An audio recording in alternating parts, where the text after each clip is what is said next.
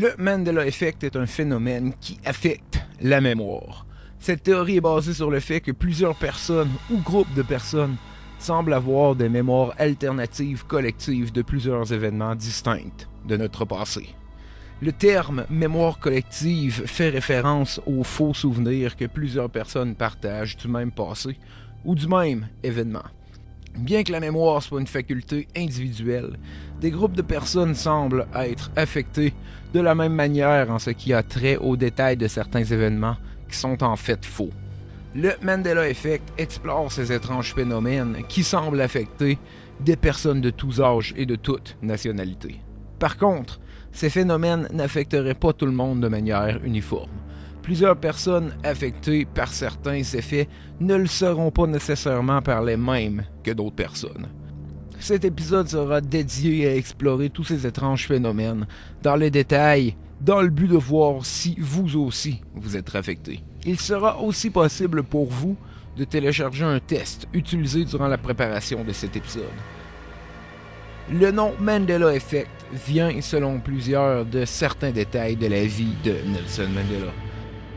La vie de Nelson Mandela aurait été un des premiers sujets reliés à des mémoires alternatives, selon plusieurs.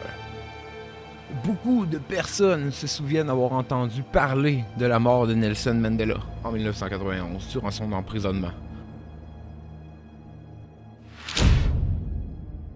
Un livre de littérature et de linguistique sud-africaine appelé English Alive comporte d'ailleurs un passage soulignant les effets de la mort de Nelson Mandela en 1991.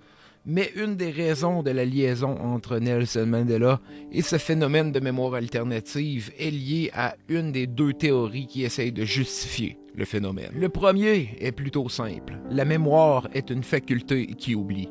L'humain qui déteste vivre dans l'ignorance a tendance à combler instinctivement certains trous reliés à certains souvenirs. Cette tentative de se souvenir résulte souvent en une fausse mémoire, ce qui peut étonner le sujet une fois la réalisation de son erreur. Par contre, cette explication n'est pas suffisante pour les adeptes de la théorie, qui trouvent qu'elle ne justifie pas la relation entre le nombre de personnes qui ont exactement le même souvenir défaillant.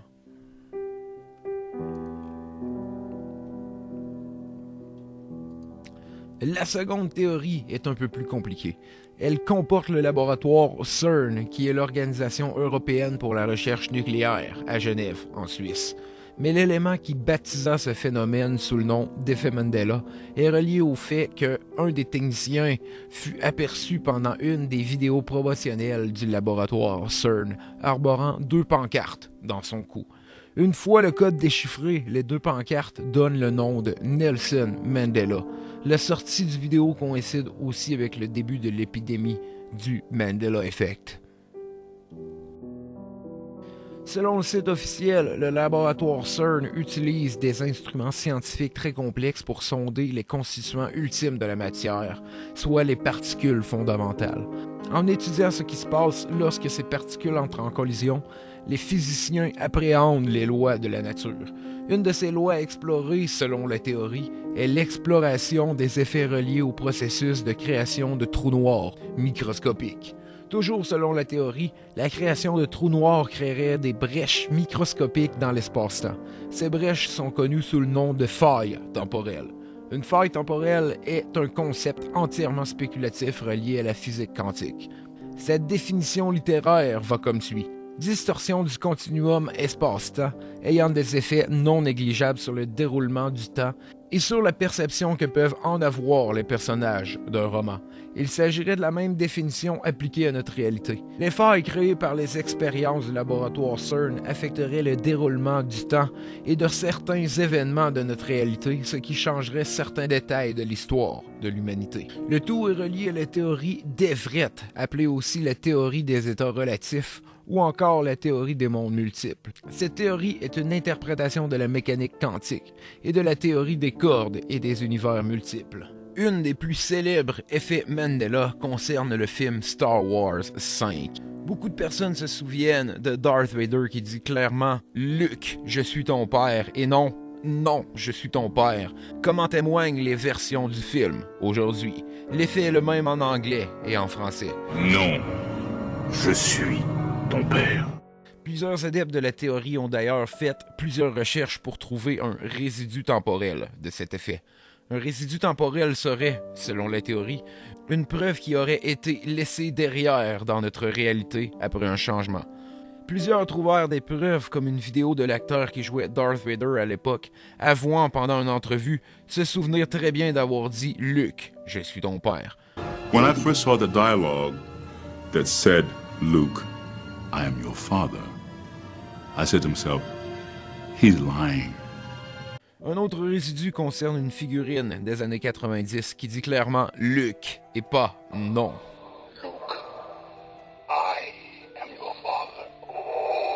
Plusieurs autres effets Mandela concernent l'orthographe de certains noms de films ou de marques en question. Une des plus célèbres est la fameuse émission de Berenstain Bears, où plusieurs se souviennent avoir vu Berenstain écrit B-E-R-E-S-T-E-I-N et non S-T-A-I-N, comme en témoigne l'histoire aujourd'hui.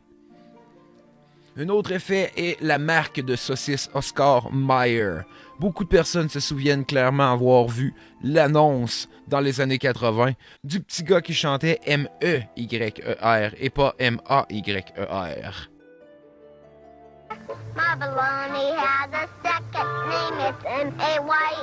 Toujours dans l'opus des marques, beaucoup de personnes se souviennent Jiffy Peanut Butter et non Jif Peanut Butter. Il est aussi possible pour plusieurs personnes se souvenir avoir vu Febreze écrit avec 2 E plutôt que 1, comme il en est aujourd'hui. Phonétiquement, ça ne ferait aucun sens d'écrire Febreze avec un E. Cela donnerait plutôt la prononciation Febreze. Très étrange. Beaucoup de personnes se souviennent aussi de la marque de céréales Fruit Loops. Le tout était écrit Fruit comme les fruits F-R-U-I-T et non F-R-O-O-T comme il en est aujourd'hui.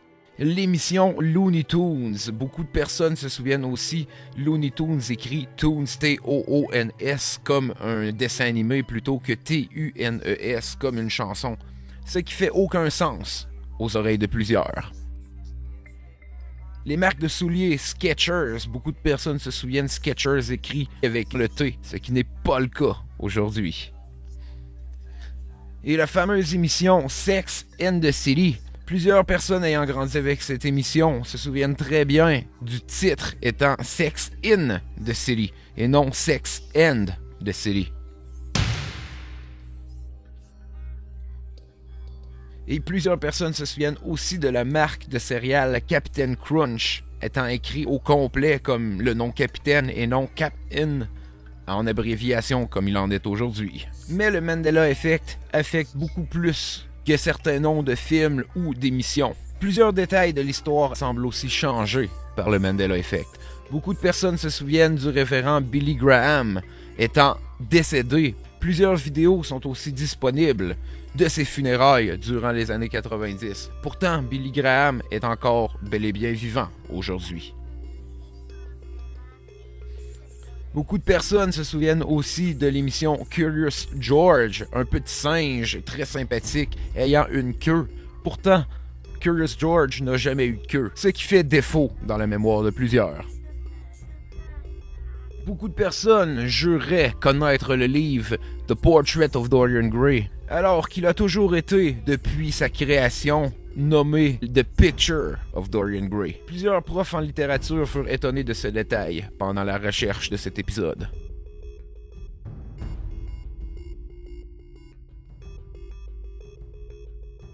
Plusieurs personnes se souviennent aussi du film Interview with a Vampire, alors que ça a toujours été Interview with the Vampire. Plusieurs fans de Star Wars ignorent aussi que C-3PO a eu une jambe d'argent. La jambe d'argent en question est clairement voyante pendant plusieurs films et même pendant l'exposition du costume officiel de C-3PO. Un détail qui échappa à plusieurs fans. Côté histoire, beaucoup de personnes se souviennent de Tank Boy à Tiananmen durant la Révolution chinoise. Plusieurs se souviennent avoir vu Tank Boy mourir écrasé après que le tank lui ait passé dessus. Pourtant l'histoire en dit autrement aujourd'hui.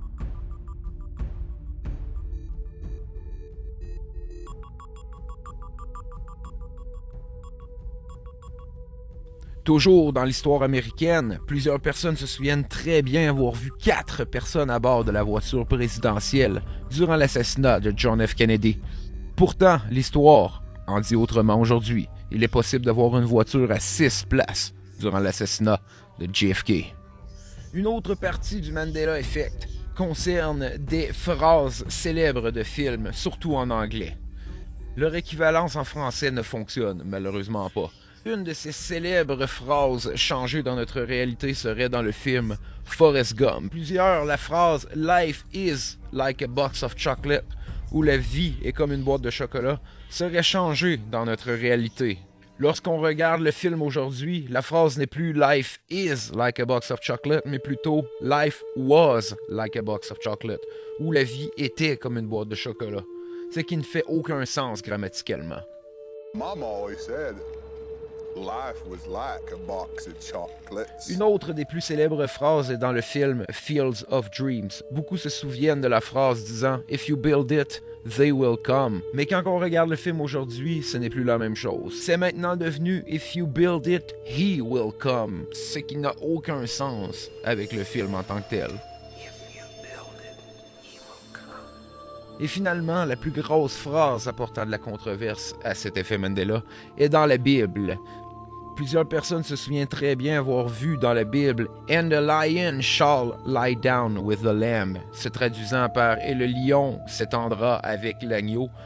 Pourtant, quand plusieurs personnes regardent la Bible aujourd'hui, le lion est remplacé par le loup, ce qui ne fait aucun sens pour plusieurs adeptes de les Saintes Écritures. Et finalement, le Mandela Effect affecte aussi beaucoup d'images et de symboles de marques bien connus. Regardez la comparaison des images une à côté de l'autre et choisissez la plus familière selon vous.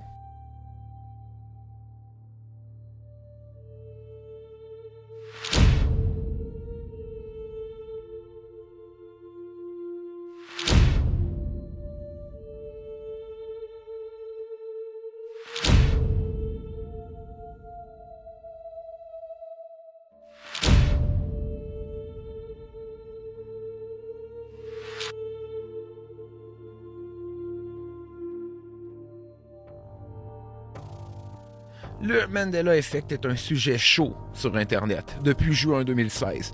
Des chartes d'indication de recherche Internet montrent d'ailleurs la popularité récente de ce phénomène. Une partie de l'Internet est tout simplement subjuguée par les changements qui touchent leur série préférée, alors que d'autres s'indignent d'entendre des théories pareilles. Du matériel de premier choix pour les chasseurs de mystères et de phénomènes souvent inexpliqués. Prenez le temps aussi de télécharger le test et le faire passer à vos proches. N'oubliez pas de faire valoir votre opinion dans les commentaires si vous aussi vous êtes affecté par certains des changements du Mandela Effect. L'interaction est primordiale sur YouTube. Faites valoir votre opinion et n'oubliez pas de laisser un « j'aime » si vous êtes affecté par certains effets Mandela. Si vous êtes insensible à ces changements, laissez un « je n'aime pas » sur cette vidéo. Comme ça, il sera facile de voir la tendance parmi notre audience. Dans notre monde rationnel, banal et prévisible, rien n'est plus intriguant, rien n'est plus fascinant et angoissant que le sentiment de mystère qui nous envahit lorsqu'on fait face à l'inconnu.